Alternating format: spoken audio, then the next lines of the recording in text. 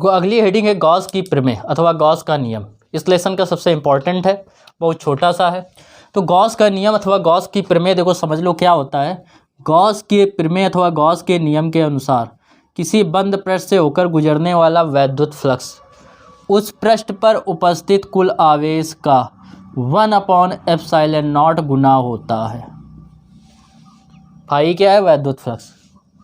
तो गॉस के नियम अथवा गॉस के प्रमेय के अनुसार किसी बंद पृष्ठ से होकर गुजरने वाला वैद्युत फ्लक्स उस पृष्ठ पर उपस्थित कुल आवेश का 1/ε0 गुना होता है।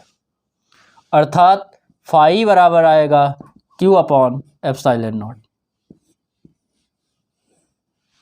लिखेंगे यदि किसी पृष्ठ पर उपस्थित कुल आवेश कितना हो? फाई हो।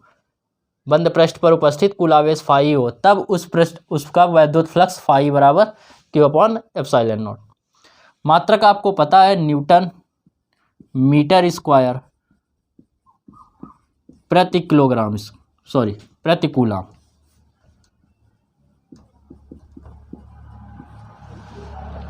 इसके बाद देखिए बात करें अगर हम लोग, ये फाई हो गया आपका।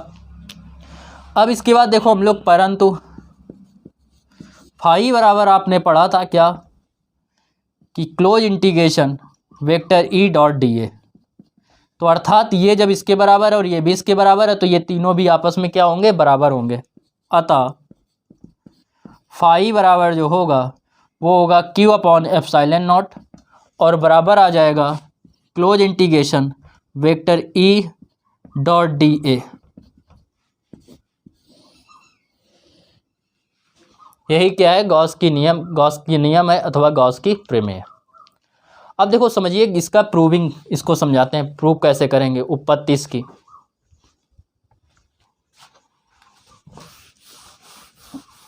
आपको सिद्ध करना है कि कैसे फाई बराबर Q/ε0 होता है। देखो समझो इसको। अब है क्या, एक लिया बंद पृष्ठ, किसी भी शेप किसी भी साइज का कैसा भी ले लो एक। इस पर मान लिया यहाँ पे एक क्या है? +Q कूलाम आवेश स्थित है। ठीक है। अब इस पर जब +Q कूलाम आवेश स्थित है तो यहाँ पे एक लघु क्षेत्रफल अवयव ले लिया।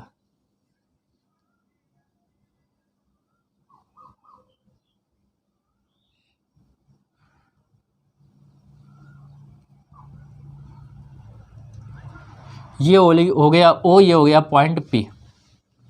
थ्योरी आपको इसको पहले समझ लीजिए कॉन्सेप्ट, फिर थ्योरी आप स्क्रीन से देख के नोट कर लेना। इसमें क्या हो गया कि इसका जो क्षेत्रफल वेक्टर होगा वो पृष्ठ पर क्या होगा? जैसे वैद्युत क्षेत्र की तीव्रता ऐसे है और क्षेत्रफल वेक्टर क्या होगा? इसके पृष्ठ पर अभिलंबवत होगा ऐसे। ये हो गया DA, ये इतने पृष्ठ के अभिलंबवत है। ये हो गया वैद्युत क्षेत्र E। ये क्या होता है? प्लस से बिल्कुल संरेखी होता है, उसी रेखा में होता है। समझ रहे हैं? इनके बीच का कोण हमने मान लिया कितना है? थीटा है। तो ये दूरी कितनी है? r है। OP का मान कितना है? r है। तब इस +Q कूलाम आवेश के कारण, तो +Q कूलाम आवेश के कारण बिंदु P पर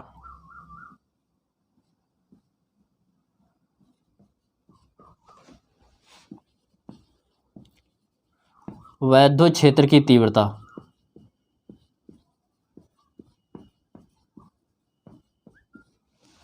बिंदु P पर वैद्युत क्षेत्र की तीव्रता निकालेंगे। E बराबर होता है 1/4πε0। पहले चैप्टर में पढ़ा था बिंदु आवेश के कारण किसी बिंदु पर वैद्युत क्षेत्र की तीव्रता, तो 1/4πε0 Q/ होता है r², इतने न्यूटन प्रति कूलम। ये हो गया E का मान। ठीक है। अब निकालेंगे इस लघु क्षेत्रफल अवयव DA से होकर गुजरने वाला वैद्युत फ्लक्स। लघु क्षेत्रफल अवयव DA से होकर गुजरने वाला, ये क्या बना है? D। DA से होकर गुजरने वाला वैद्युत फ्लक्स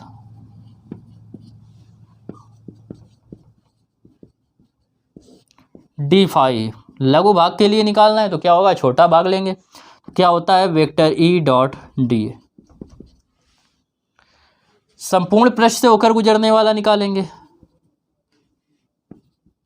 या पहले इसको सॉल्व कर लो। डॉट हटेगा, क्या आएगा, कॉस थीटा हो जाएगा। डी फाई बराबर ई का मान रखेंगे 1/4πε0 Q/r² कॉस थीटा हो जाएगा। ये डी ए कॉस थीटा है, ये हो गया। अब निकालेंगे डी फाई बराबर, इसको जब सॉल्व करेंगे या निकालेंगे संपूर्ण पृष्ठ से होकर गुजरने वाला वैद्युत फ्लक्स, अतः संपूर्ण पृष्ठ से होकर गुजरने वाला वैद्युत फ्लक्स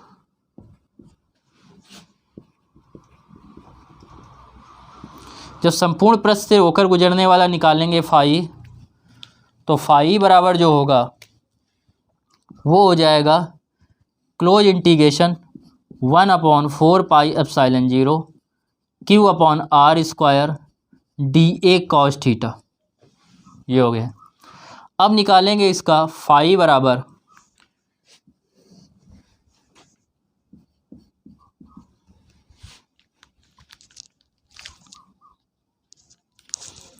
इसको 1/4πε0 Q को बाहर कर लीजिए, 1/4πε0 Q क्लोज इंटीग्रेशन बचा dA/r² और इनटू में दे रहा है कॉस थीटा, तो ये हो गया कॉस थीटा। इसके बाद देखो, परंतु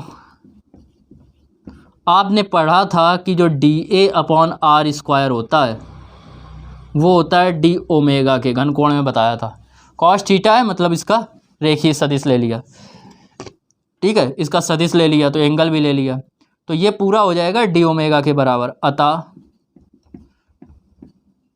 फाई ई इक्वल 1/4πε0 Q और डी ए कॉस थीटा की जगह dA/r² कॉस थीटा की जगह क्या लिख देंगे, डी ओमेगा। इसका समाकलन करेंगे, समाकलन मतलब इसका पूरे भाग का ये घनकोण, और पूरे भाग का घनकोण आप पढ़ चुके हैं, 4π होता है घनकोण में बताया था आपको। तो फाई बराबर हो जाएगा 1/4πε0 Q इंटू इसकी जगह रखेंगे 4π, 4π से 4π कैंसिल, तो फाई ई इक्वल आ गया Q, ऊपर बचा Q नीचे बचा ε0। यही क्या है, गॉस की प्रमेय।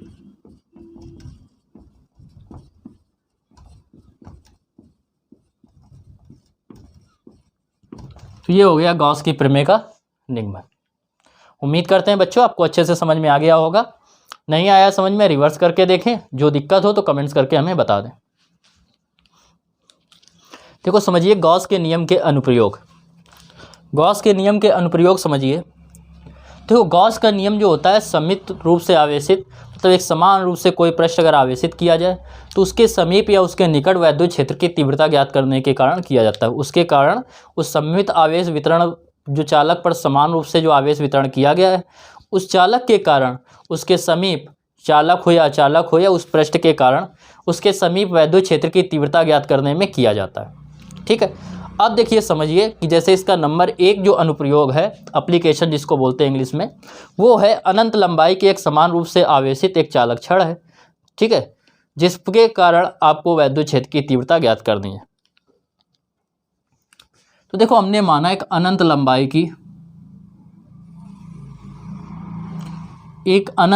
की एक समान रूप से आवेशित चालक छड़ है, जिस पर जो आवेश का रेखीय घनत्व है वो लैम्डा है, जिस पर आवेश का रेखीय घनत्व लैम्डा कूलाम प्रति मीटर है। समझ रहे हैं? इस चालक तार से स्मॉल r मीटर की दूरी पर, इस चालक तार से स्मॉल r मीटर की दूरी पर एक बिंदु P है जहां हमें वैद्युत क्षेत्र की तीव्रता ज्ञात करनी है। बिंदु P है जहां हमें वैद्युत क्षेत्र की तीव्रता ज्ञात करनी है, ये निकालना है हमें। देखो क्या करेंगे आप, एक समान रूप से आवेशित है। इस पे क्या किया कि इसके चारों ओर एक, इसके लिए ये फिर से समझ लीजिए, माना एक अनंत लंबाई की एक समान रूप से आवेशित एक चालक छड़ है जिस पर आवेश प्लस क्यू कूलाम आवेश एक समान रूप से वितरित है, ठीक है।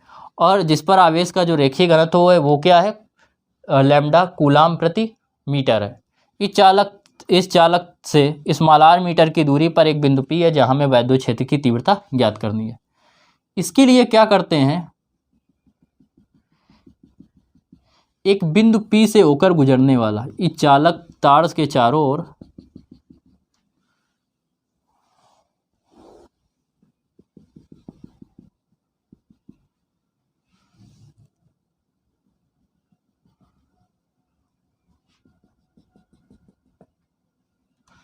एक चालक तार के चारों ओर स्मॉल r त्रिज्या का एक क्या करते हैं, एक गॉसियन बेलनाकार पृष्ठ खींचिए। तो ये क्या है, गॉसियन बेलनाकार पृष्ठ,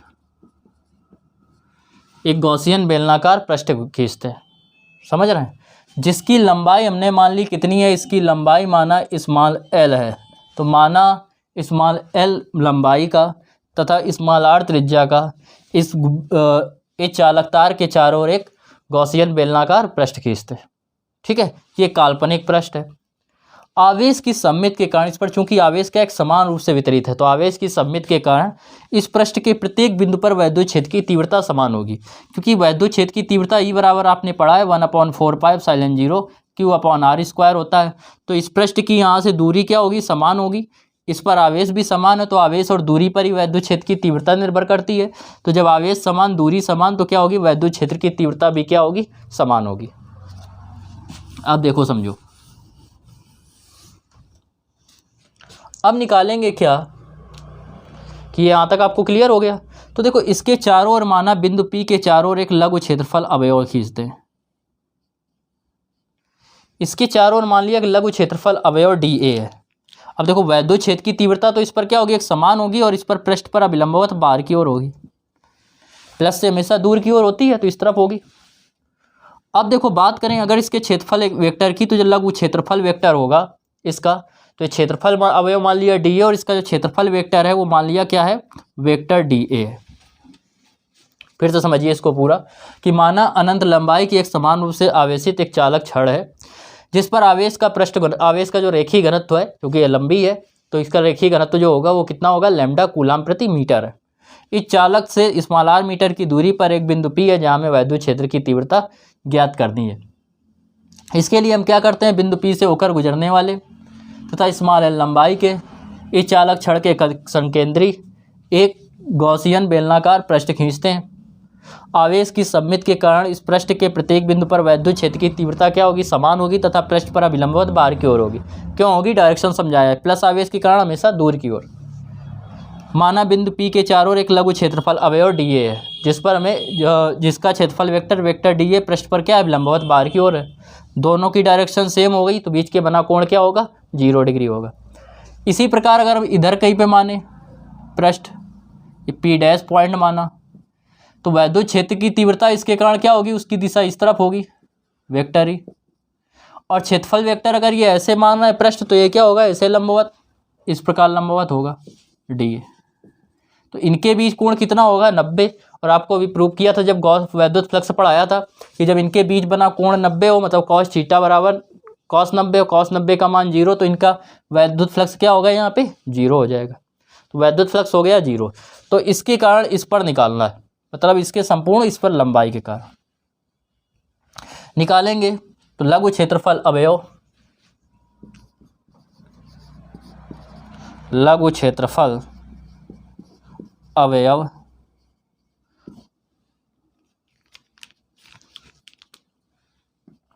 dA से होकर गुजरने वाला वैद्युत फ्लक्स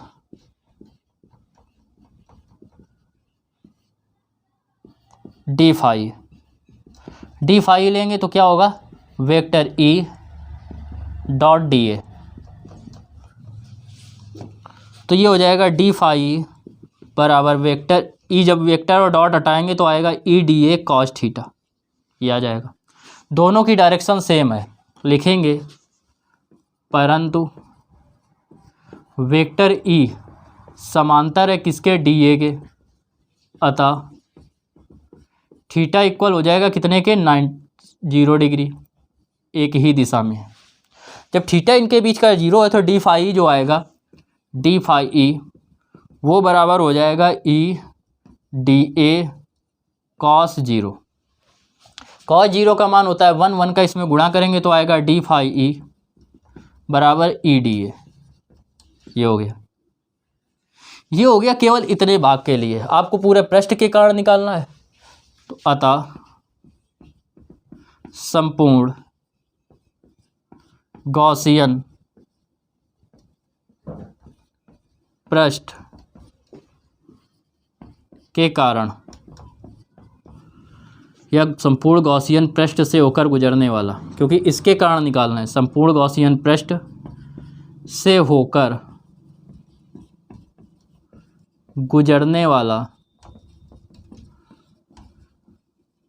वैद्युत फ्लक्स। जब संपूर्ण भाग के कारण निकालेंगे फाई तो क्या होता है, क्लोज इंटीग्रेशन होता है, बता चुके हैं पीछे आपको। क्लोज इंटीग्रेशन हो जाएगा वेक्टर ई डी ए, तो D phi E sorry phi equal E का होगा ना इंटीग्रेशन, समाकलन किसका होगा, डी ए, क्योंकि क्षेत्रफल अवयव किसका लिया है, छोटा भाग किसका लिया है, क्षेत्रफल का, और phi equal E D A मतलब इसका वक्र पृष्ठ, संपूर्ण पृष्ठ तो लेंगे नहीं क्योंकि इस भाग के कारण क्या है, लंबवत है, तो 0 हो गया, ऐसे नीचे होगा, तो ये लेंगे वक्र पृष्ठ, और वक्र पृष्ठ क्या होता है, बेलन का 2 पाई आर एल। ये हो गया समीकरण फर्स्ट। अब देखो गॉस की प्रमेय से,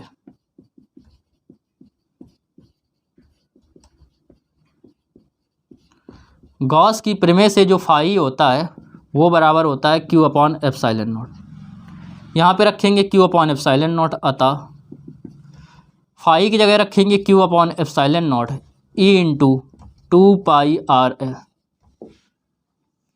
अब देखिए परंतु लेमडा पढ़ा था, लेमडा बराबर था क्यू अपॉन एल के, तो यहाँ से अगर आप क्यू का मान निकालेंगे तो क्यू बराबर क्या आएगा, L into lambda, L lambda, तो क्यू की जगह क्या लिख सकते हैं, एल लेमडा, अतः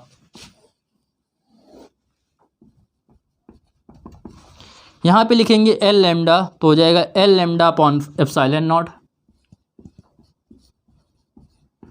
अपॉन आ जाए इक्वल में आएगा E into 2 pi R L, E into 2 pi R L, L से एल कैंसिल हो गया।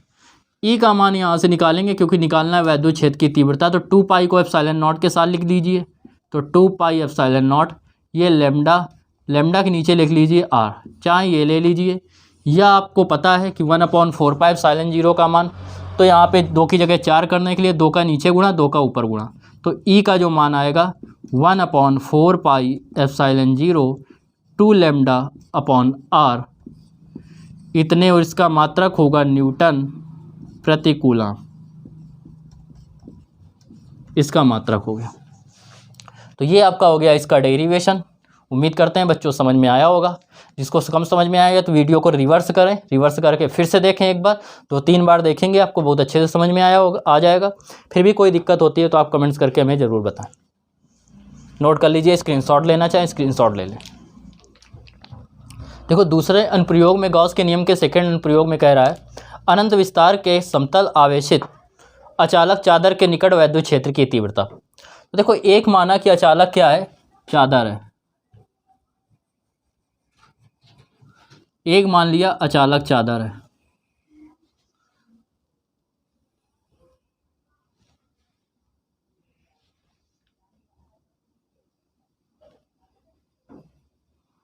जिस पर जो है आवेश का जो पृष्ठ घनत्व है वो कितना है, छोटा सिग्मा है। इस पर प्लस क्यू कूलम आवेश एक समान रूप से वितरित है। प्लस क्यू कूलाम आवेश एक समान रूप से वितरित है।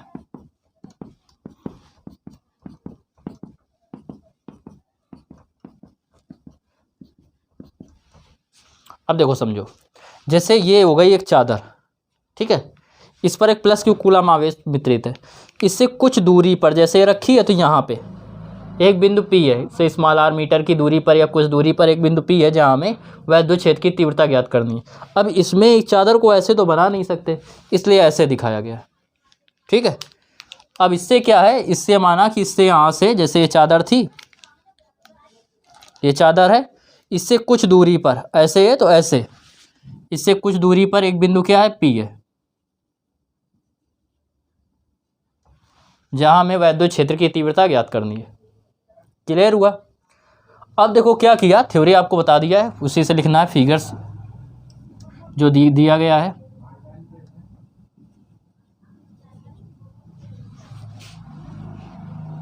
क्या किया, इसके लिए हम बिंदु P के ही सीध में चालक के दूसरी ओर एक अन्य बिंदु मान लेते हैं P डैश। इसके बाद इस चालक के आर पार क्या करते हैं, एक गॉसियन बेलनाकार पृष्ठ खींचते हैं।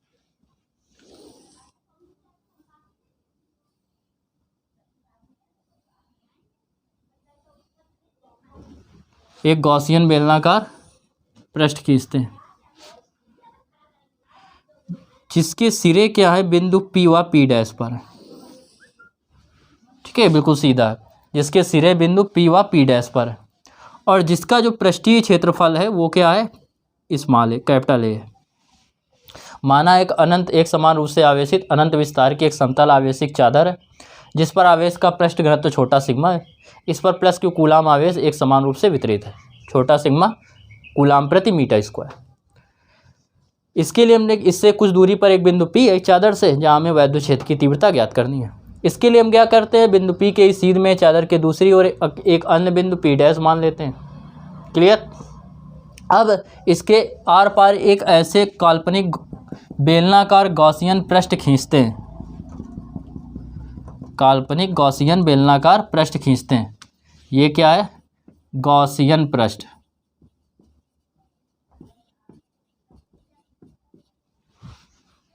जिसके सिरे क्या है, बिंदु P व P डैश पर हैं, तथा जिसका जो पृष्ठीय क्षेत्रफल क्या है, A है।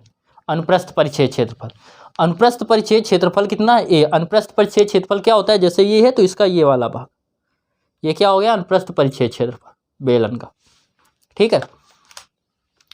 अब देखो क्या होगा, आवेश की सममित के कारण इस बिंदु चादर, इसके बिंदु P व P डैश पर वैद्युत क्षेत्र की तीव्रताएं क्या होंगी, एक समान रूप होंगी और पृष्ठ पर अभिलंबवत होंगी, इधर इधर बाहर, उसकी उधर बाहर। समझ रहे हैं। जब इनकी दोनों की क्या होगी, डायरेक्शन जैसे ये हैं, तो इनकी दोनों की डायरेक्शन क्या होगी, इस साइड होगी, ठीक है। और इससे कुछ दूरी पर है तो वैद्युत क्षेत्र की तीव्रता प्लस से क्या होती है, अब दूर की ओर होती है, जैसे ये प्लस है, इससे क्या होगी, दूर की ओर होगी। और इस पर अगर हम एक लघु क्षेत्रफल अवयव लें dA, तो इसका भी क्षेत्रफल वेक्टर इसी तरफ होगा। समझ रहे हैं।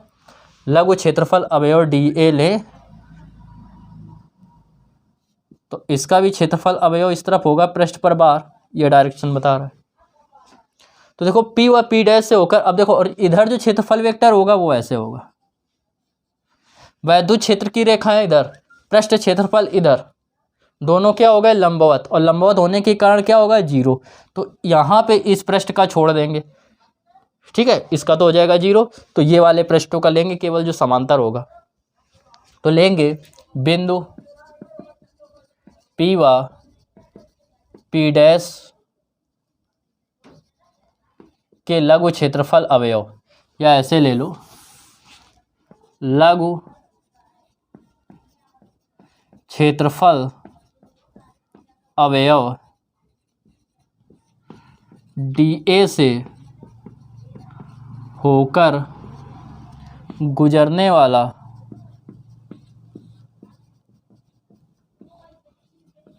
वैद्युत फ्लक्स,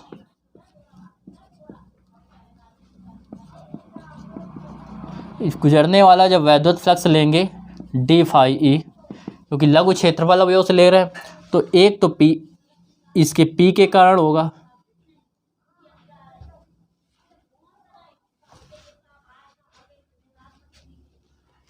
पूरा एक साथ ले लो,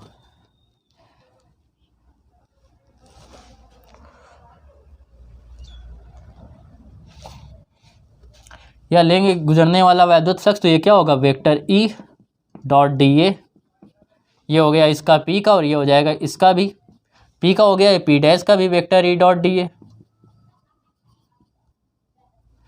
तो ये हो जाएगा d phi equal to vector E dot d A. अतः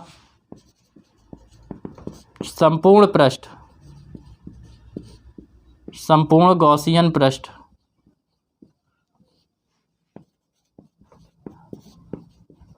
से होकर गुजरने वाला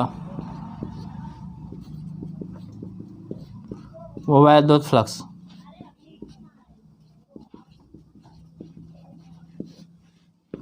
फाई इक्वल क्या होगा, क्लोज इंटीग्रेशन 2 को बाहर कर देंगे, close integration vector E dot d ए, डॉट हटता है आपको पता है क्या आता है कॉस थीटा, तो close integration E D A cos theta क्या है वेक्टर ई, परंतु वेक्टर ई समांतर है डी ए के, इस तरफ भी समांतर उस तरफ भी समांतर, अतः थीटा इक्वल क्या हो जाएगा 0 डिग्री।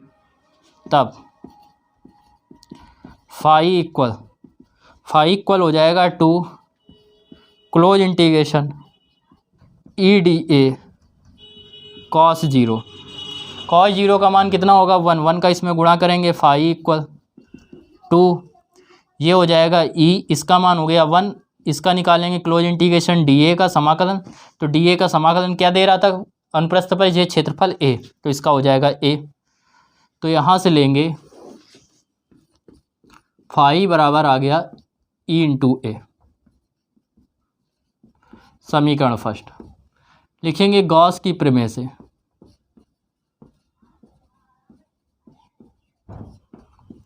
गॉस की प्रमेय से फाई बराबर पड़ा है क्यू अपॉन एप्सिलॉन नॉट, अतः समीकरण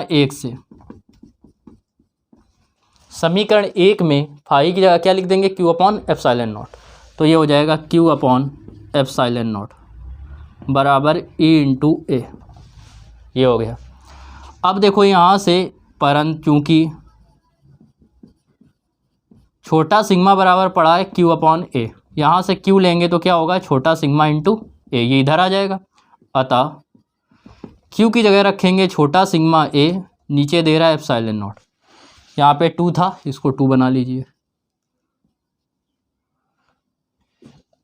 तो छोटा सिग्मा ये क्या बचेगा 2e ए से ए कैंसिल, तो ई बराबर जो आएगा वो आएगा छोटा सिग्मा अपॉन 2 एप्सिलॉन नॉट, इतने न्यूटन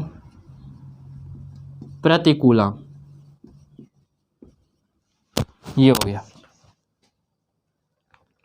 उम्मीद करते हैं बच्चों समझ में आ गया होगा, इसको कम समझ में आया है वो क्या करें वीडियो को रिवर्स करके देखें, फिर से इसको देखें एक दो बार आपको अच्छे से समझ में आ जाएगा। फिर भी आपके कोई डाउट बचते हैं तो आप कमेंट्स करके हमें ज़रूर बताएं और हम उसमें आपके डाउट क्लियर करेंगे। आप व्हाट्सअप नंबर ले लीजिए हमारा, जो आपको पोस्टर में जो आपको दिया गया थंबनेल उसमें आपको व्हाट्सअप नंबर दिया गया है, उसमें आप हमसे कांटेक्ट कर सकते हैं। स्क्रीनशॉट लेना चाहें ले सकते हैं। आज के लिए इतना ही बच्चों, गॉस की प्रमेय का एक लेक्चर और इसके बाद रहेगा, उसको लगाने के बाद आपका लेक्शन जो सेकंड है वो आपका पूरी तरीके से कंप्लीट हो जाएगा। इसके जो न्यूमेरिकल हैं वो आपको डिस्क्रिप्शन में मिल जाएंगे, सेकंड लेसन के पूरे न्यूमेरिकल एक एक कॉन्सेप्ट के साथ हमने बताया। ठीक है, तो थैंक्स फॉर वाचिंग। जिन बच्चों ने अभी तक चैनल को सब्सक्राइब नहीं किया वो सब्सक्राइब कर दें, लाइक ज़रूर किया करें वीडियो को और कमेंट्स करके बताया करें आपको वीडियो कैसा लगा। ठीक है, फिर कल मिलते हैं नेक्स्ट वीडियो में किसी अन्य टॉपिक के, इसी टॉपिक को आगे लेकर। तब तक के लिए राधे राधे।